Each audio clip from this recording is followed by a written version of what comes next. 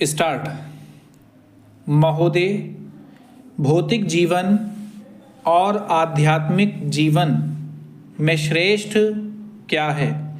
भौतिक जीवन की सीमाएं क्या हैं? आध्यात्मिक जीवन को ही पूर्ण जीवन क्यों कहते हैं? बाह्य यात्रा क्या है? अंतर यात्रा क्या है? बाह्य यात्रा और अंतर यात्रा का अंतिम पड़ाव व निष्कर्ष क्या है? ये कुछ ऐसे प्रश्न हैं जिन पर हर विचारशील व्यक्ति को विचार करना ही चाहिए। बाह्य यात्रा दरअसल संसार की यात्रा है। यह वह यात्रा है जिसमें व्यक्ति अपनी भौतिक आवश्यकताओं की पूर्ति के लिए विविध प्रकार के कार्य, व्यापार, उद्यम आदि करता है। वह शरीर सुख, भौतिक सुख हेतु विविध प्रकार के साधन जुटाता है। इस यात्रा में वह पेट, फिर जनन, परिवार की आवश्यकताओं की चिंता करता है और तदनुरूप आवश्यकताओं की पूर्ति करता है। इस यात्रा में व्यक्ति कभी अच्छे कर्म कर लेता है तो कभी बुरे कर्म करता है। पर कुछ व्यक्ति ऐसे भी होते हैं जो सिर्फ बुरे ही कर्म करते हैं। ऐसे लोग प्रायः अनीति, अत्याचार, अनाचार, भ्रष्टाचार, बेईमानी, हिंसा आदि कर्मों में लिप्त रहते हुए ही अपनी जिंदगी समाप्त कर लेते हैं। यदि भौतिक जीवन है, यही भौतिक जीवन की सीमाएं हैं। इसलिए भौतिक जीवन की एकांगी और अधूरा जीवन माना जाता है।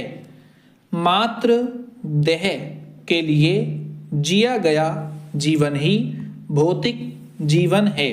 इस प्रकार हमारी बाह्य यात्रा हमारे भौतिक जीवन की आवश्यकताओं की पूर्ति करने तक ही सीमित रह जाती है।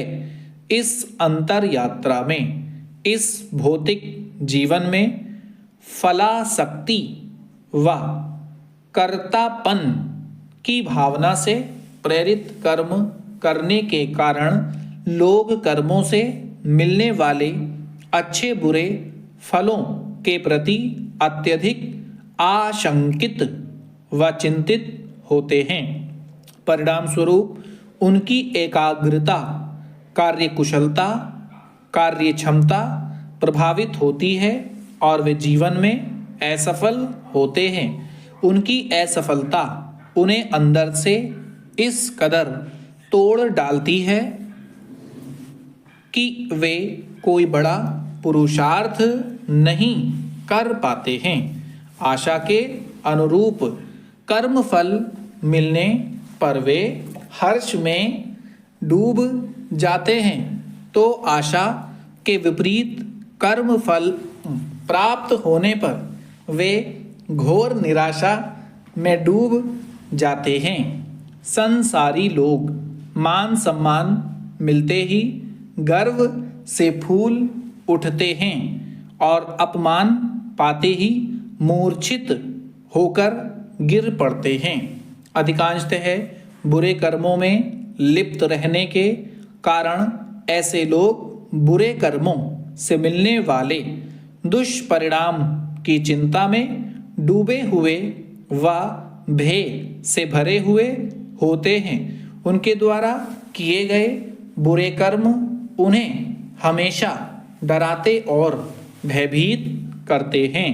कुछ लोग अपने बुरे कर्मों के परिणाम स्वरूप सुख साधनों से हीन होकर अभावों व कष्टों भरा जीवन जीते हैं, तो वहीं कुछ लोग अपने अच्छे कर्मों के परिणाम स्वरूप भौतिक सुख साधनों के बीच ऐशो आराम की जिंदगी जीते हैं, पर फिर भी उन्हें कभी वास्तविक सुख शांति प्राप्त नहीं होते। उनके अंदर सदैव अतृप्ति बनी रहती है। उनके अंदर एक खालीपन हमेशा बना रहता है। उन्हें इंद्रियजन्य सुख प्राप्त तो होते हैं